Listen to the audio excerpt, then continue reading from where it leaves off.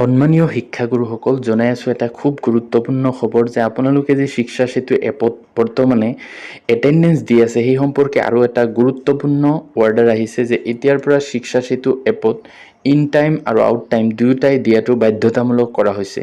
তো বলক চাওঁ অফিচিয়েল অৰ্ডাৰখনত কি লিখা আছে। শেষলৈকে ভিডিঅ'টো চাব, তেতিয়া আপোনালোকে বস্তুটো গম পাব।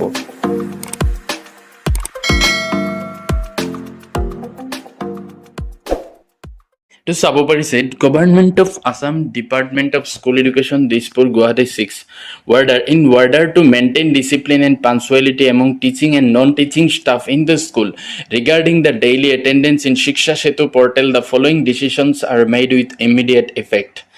তো এইটো আদেশৰ জৰিয়তে জনাইছে যে বিদ্যালয়ৰ শিক্ষক আৰু যিসকল কৰ্মচাৰী আছে তেওঁলোকৰ শৃংখলা আৰু সময়ানুৱৰ্তিতা বজাই ৰখাৰ কাৰণে এই অৰ্ডাৰটো দিয়া হৈছে regarding the daily attendance in শিক্ষা সেতু পৰ্টেল, অৰ্থাৎ শিক্ষা সেতু পৰ্টেলত ডেইলি উপস্থিতি দিয়া সম্পৰ্কে the following decisions are made with immediate effect, অৰ্থাৎ তলত দিয়া সিদ্ধান্তসমূহ অনতিপলমে কাৰ্যকৰী হোৱাকৈ গ্ৰহণ কৰা হৈছে।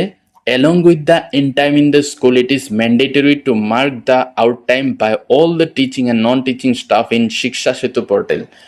অৰ্থাৎ বিদ্যালয়ৰ সকলো শিক্ষক আৰু কৰ্মচাৰীসকলে ইন টাইম অৰ্থাৎ আহিয়ে যিটো উপস্থিতি দিব লাগে সেইটো আৰু আউট টাইম অৰ্থাৎ যোৱাৰ সময়ত আৰু এটা উপস্থিতি দিয়াটো বাধ্যতামূলক কৰা হৈছে শিক্ষা সেতু এপত। অৰ্থাৎ এবাৰ আহিয়ে শিক্ষা সেতু পৰ্টেলত উপস্থিতি দিব লাগিব আৰু এবাৰ যাওঁতে দিবই লাগিব, এইটো কম্পালচৰি কৰা হৈছে, সকলো শিক্ষকে দিব লাগিব।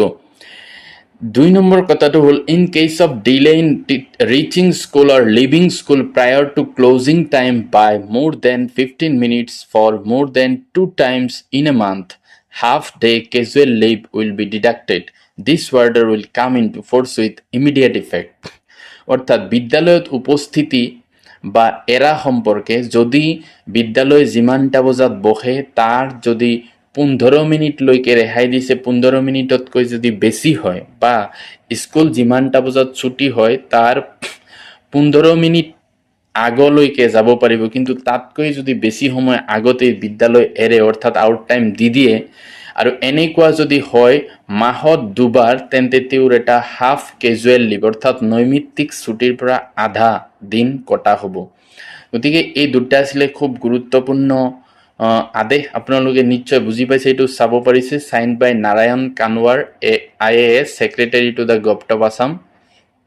এইটো পাছ কৰিছে 7/6/2024 তাৰিখে। গতিকে এইটো অনতিপলমেই কাৰ্যকৰী হ'ব, অৰ্থাৎ এইটো যিদিনা দিছে তাৰ পিছদিনাৰ পৰাই কাৰ্যকৰী।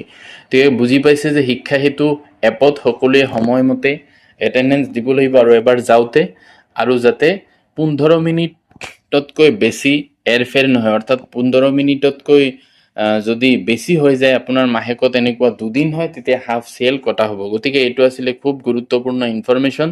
ভিডিঅ'টো ভাল লাগিলে লাইক কৰিব আৰু মোৰ চেনেলটো ছাবস্ক্ৰাইব কৰি থ'ব। Thank U.